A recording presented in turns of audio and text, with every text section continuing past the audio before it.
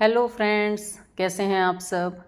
आइए एक बार फिर से आपका मोस्ट वेलकम है बीकानेर की रसोई में।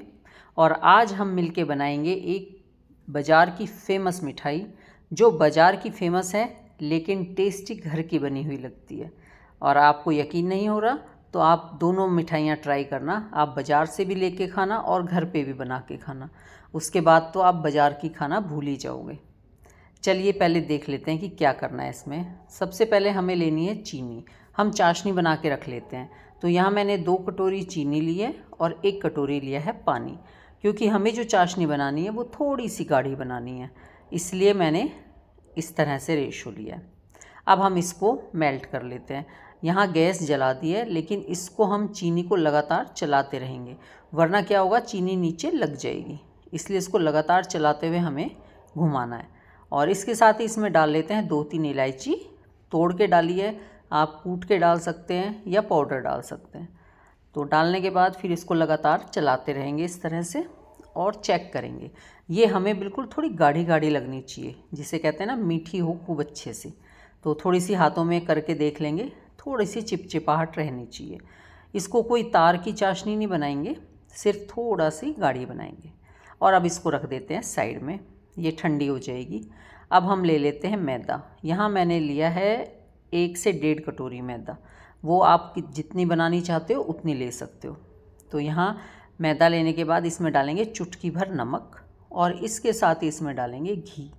मैंने देसी घी लिया है, और वैसे भी राजस्थान में या बीकानेर में यहाँ पे ज़्यादातर देसी घी की मिठाइयाँ बनती हैं, तो आदत है कि मिठाई देसी घी का टेस्ट अलग ही आता है। तो यहाँ मैंने इसमें घी डाल लिया है। वैसे आप ऑयल भी डाल सकते हैं, जो भी आप यूज़ करते हैं। और इतना डालना है जिससे थोड़ी सी मुट्ठी बंधने लगे, हल्की सी।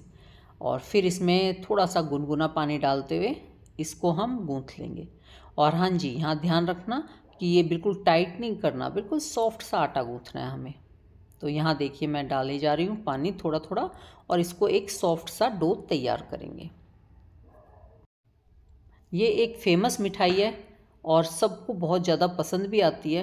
लेकिन बाज़ार की मिठाई जो जहाँ की ये फ़ेमस है ना, आप यकीन नहीं करेंगे, मुझे और मेरे कई रिश्तेदार भी ऐसे हैं जिन्होंने ये खाई है, उन्हें बिल्कुल पसंद नहीं आई वो फ़ेमस मिठाई। यानी कि हलवाई की फ़ेमस मिठाई उन लोगों को बिल्कुल अच्छी नहीं लगी, और मुझे खुद भी नहीं अच्छी लगी थी। पर ये जो घर की बनी हुई खाई है ना, घर पे बना के, ये बहुत ही ज़्यादा टेस्टी लगी थी। तो आप लोग ट्राई करना, इसे बहुत आसान है बनाना। आप इतनी सारी मिठाइयाँ बनाते हैं, लेकिन शायद आपने ये वाली मिठाई अभी तक नहीं बनाई। अगर नहीं बनाई तो अब की बार ज़रूर ट्राई करना। तो यहाँ देखिए मैंने सॉफ्ट सा डो तैयार किया और इसको साइड में रख दिया है।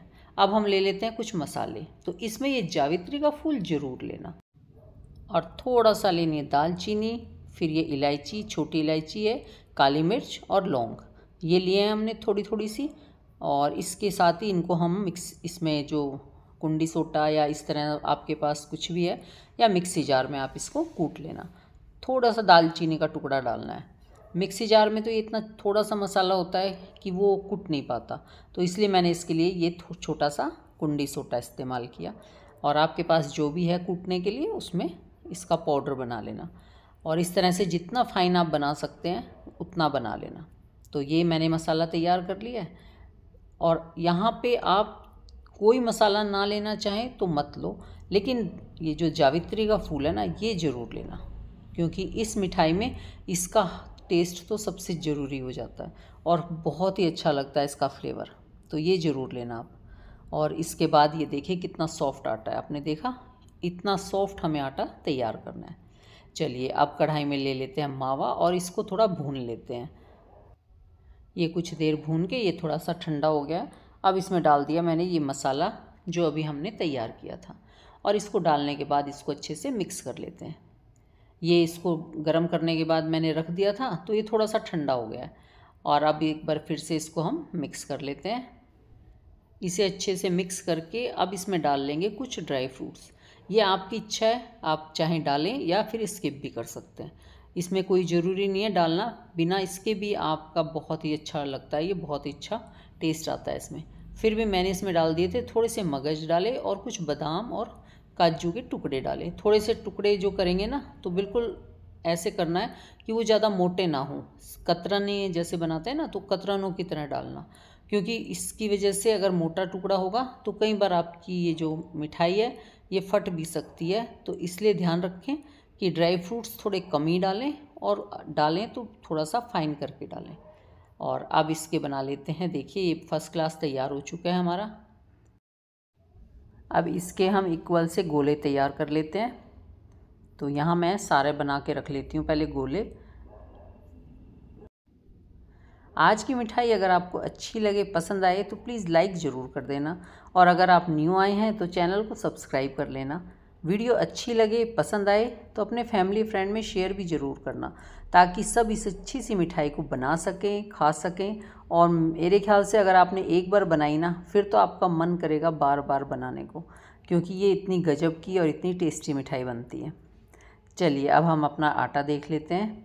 आप यहाँ सोचेंगे कि मैंने आटा दूसरे उसमें गूँथा था और अब मैं आपको दूसरे बर्तन में आटा दिखा रही हूँ, है ना। ऐसा हो सकता है आपको लगे, लेकिन इसका रीज़न था कुछ, तो मुझे ये चेंज करना पड़ा था।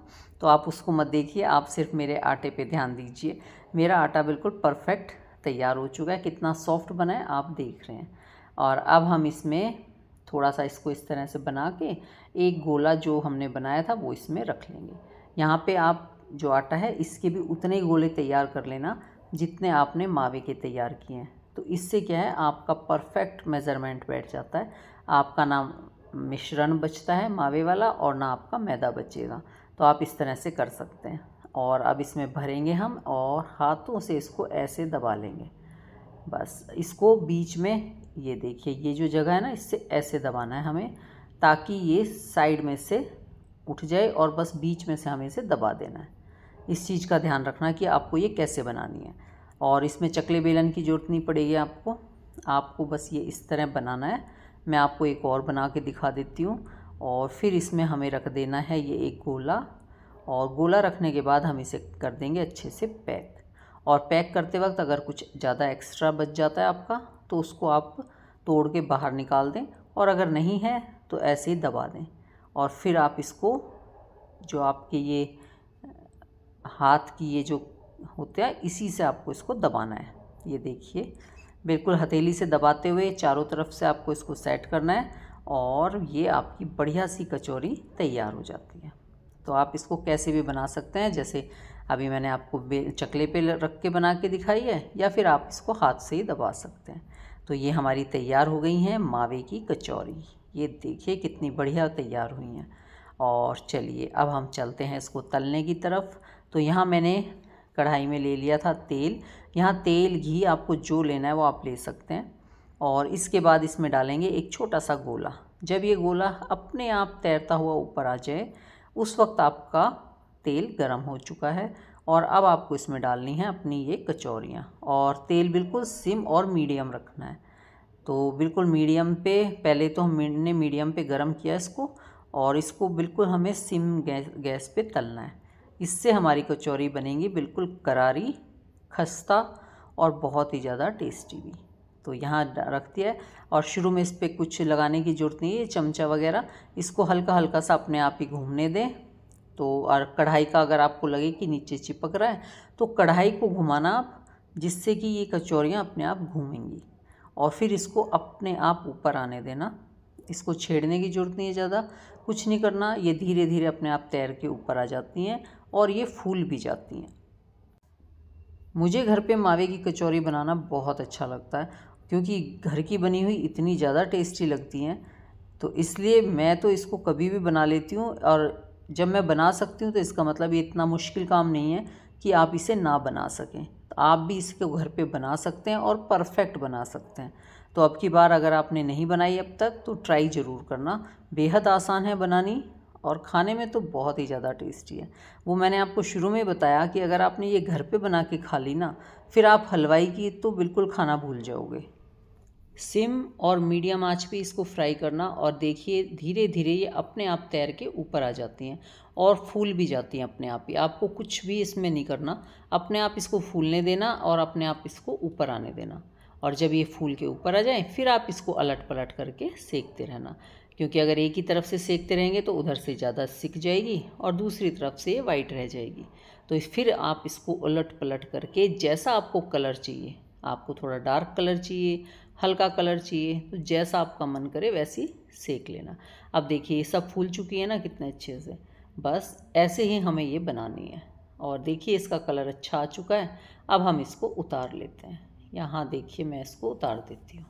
और एक चीज़ यहाँ मैं आपको छोटी सी टिप दे देती हूँ कि अगर आपकी कचौरी कभी आपको लगे कि ये फट रही है तो आप इसमें क्या कर सकते हैं, थोड़ा सा मैदे का घोल बनाना, पतला घोल, और जो जहाँ से आपको लग रहा है ये फटने लगी है वहाँ पे इतना पतला भी नहीं बनाना कि वो बिल्कुल पानी हो, थोड़ा सा पतला, हल्का पतला।